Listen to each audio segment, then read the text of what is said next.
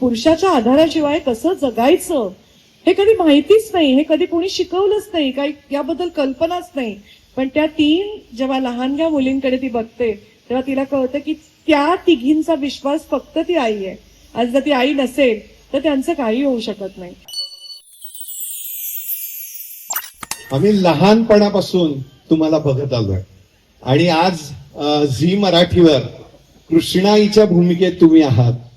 या मालिकेबद्दल तुम्ही काय सांगाल? सर्वप्रथम म्हणजे तुम्हा सगळ्यांना नमस्कार आणि इतक्या संख्येने तुम्ही इथे आलाय त्याबद्दल खरोखरच आभार. कृष्णाईच्या लेकी ही मालिका खरंच तुम्हाला तुमचं मनोरंजन करेल, त्याचबरोबर थोडंसं प्रबोधनही करेल. एक अतिशय कणखर अशा या स्त्रीची आहे ही मालिका आणि तशाच तिच्या त्या तीन लेकी आहेत. या माझ्या ज्या लेकी मला मिळाल्या आहेत, इतक्या गोड लेकी मिळाल्या आहेत मला खरोखरच. आणि प्रत्येकीचा स्वभाव विशेष वेगळा आहे. एक अशी स्त्री की जिला फक्त चूल आणि मूल या पलीकडे दुसऱ्या आयुष्यात काही माहित नव्हतं. आधी कदाचित वडिलांच्या छायेत ती वाढली असेल, नंतर नवऱ्याच्या छायेत तिने संसार केला, तिला त्या उंबरठ्या पलीकडचं जगच माहिती नव्हतं. अशा स्त्रीवरती जेव्हा अशी वेळ येते की तीन मुली झाल्या आणि म्हणून तिचा नवरा तिला सोडून देतो आणि जाऊन दुसरं लग्न करतो आणि गावापाठची एक पडकी जमीन तिला देऊन टाकतो. खरं तर त्या स्त्रीला तेव्हा असं वाटतं की जाऊन मला जीव द्यायचंय, कारण मला माहितीच नाही कसं जगायचं. पुरुषाच्या आधाराशिवाय कसं जगायचं हे कधी माहितीच नाही, हे कधी कोणी शिकवलंच नाही, काही याबद्दल कल्पनाच नाही. पण त्या तीन जेव्हा लहानग्या मुलींकडे ती बघते तेव्हा तिला कळतं की त्या तिघींचा विश्वास फक्त ती आई आहे.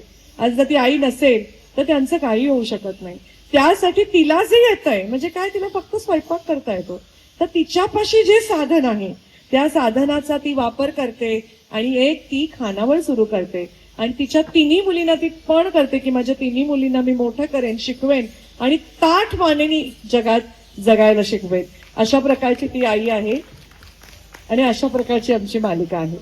सगळ्यात आधी मी फार प्रोमो बघून इमोशनल झाले, कारण की इतक्या दिवस आम्ही प्रोमो करत होतो, पाहत होतो, तर असं वाटलं की हा आम्ही करतोय काहीतरी नवीन मालिका घेऊन येतोय.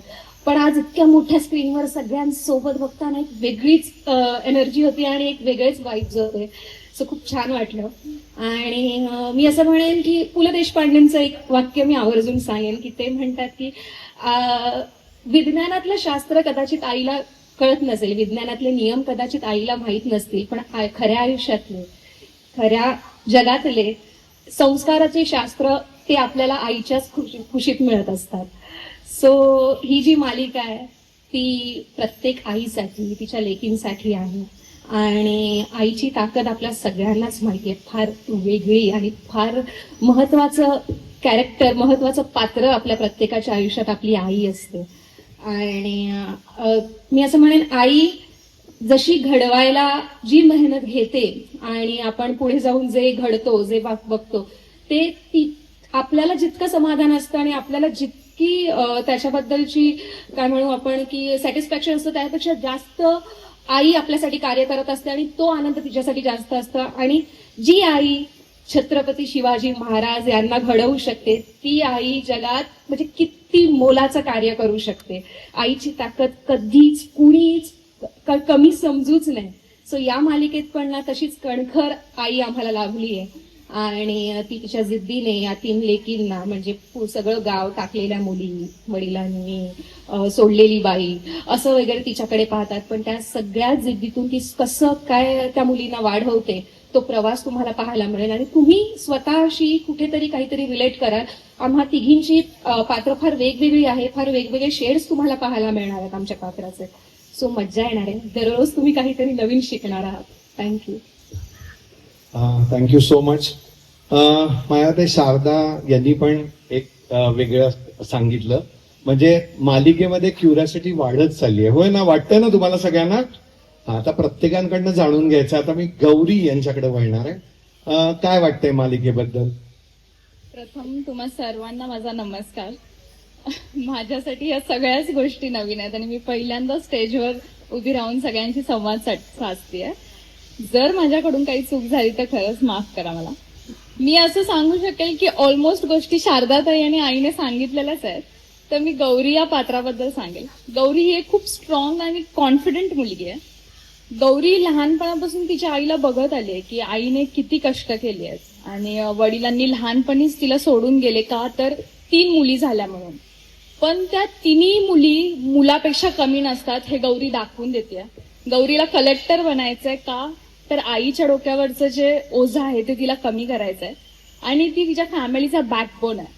आणि मला माहिती आहे की माझ्याकडून तर प्रत्येक मुलीला प्रोत्साहन जाणारच आहे, पण मला असं वाटतं प्रत्येक मुलीमध्ये ती एक छोटी गोष्ट दडलेली असते की तिला आईच्या डोक्यावरचं जे ओझं असतं ते कमी करायचं असतं. आणि अशा प्रकारे आमच्या 3 बहिणींची ही खूप छान स्टोरी आहे आणि आमची एक सुंदर निरागस आई आहे जिला आम्ही सपोर्ट करतोय. सो नक्की ही मालिका बघा. अरे वा, म्हणजे प्रत्येकाकडनं एक वेगळंच आपल्याला शिकायला मिळणार आहे. आणि आई आणि मुलीचं नातं कसं असावं हे या मालिकेतनं जास्त दिसून येणार आहे असं मला वाटतंय. आणि आता सौदामिनी, तिच्याकडे मी वळणार आहे. काय बोलाल? आधी मला विचारायचंय, तुम्ही कितवीत आहात? मी आहे 12वी. अरे वा, एकदा जोरदार टाळ झाला पाहिजे. नमस्कार सगळ्यांना. मी खूप लहान आहे तर माझ्याकडून काही चूक झाली बोलताना तर मला पण माफ करा, कारण मी पण अशी स्टेजवरती वगैरे पहिल्यांदाच बोलते तुमच्यासोबत. सगळं तर आता ताईंनी आणि दोघींनी सांगितलंच आहे, तर मी काय सांगू. मी पण माझ्या कॅरेक्टर बद्दलच सांगते. माझं नाव कॅरेक्टरमध्ये सौदामिनी आहे. मी सगळ्यात शेंडफळ आहे, छोटं छोटू. तर आमच्या खानावळीत मेन्यू कार्ड नाही मिळत. आमच्या खानावळीत मिनी असते. ती मिनी तुम्हाला सगळं सांगते की आज काय पदार्थ बनणार आहे, काय नाही बनणार आहे. मिनी हिशोबात एकदम चोख आहे. तिला तोंडपाठ हिशोब असतं. तिला पुस्तक बघायची गरज लागत नाही की अरे बापरे यांनी काय खाल्लं आता कसं आठवणार, किंवा एखाद्याला पुस्तक बघावं लागतं. ती तशी नाहीये. तिला असं लगेच कळतं की यांनी किती काय खाल्लंय, यांनी किती काय केलंय. आणि मालिकेबद्दल सांगायचं झालं तर मला असं वाटतं ही खूप वेगळी गोष्ट आहे की एक आई आहे जिला 3 मुली आहेत आणि त्याच्यामुळे तिचे बाबा तिला सोडून गेले आहेत.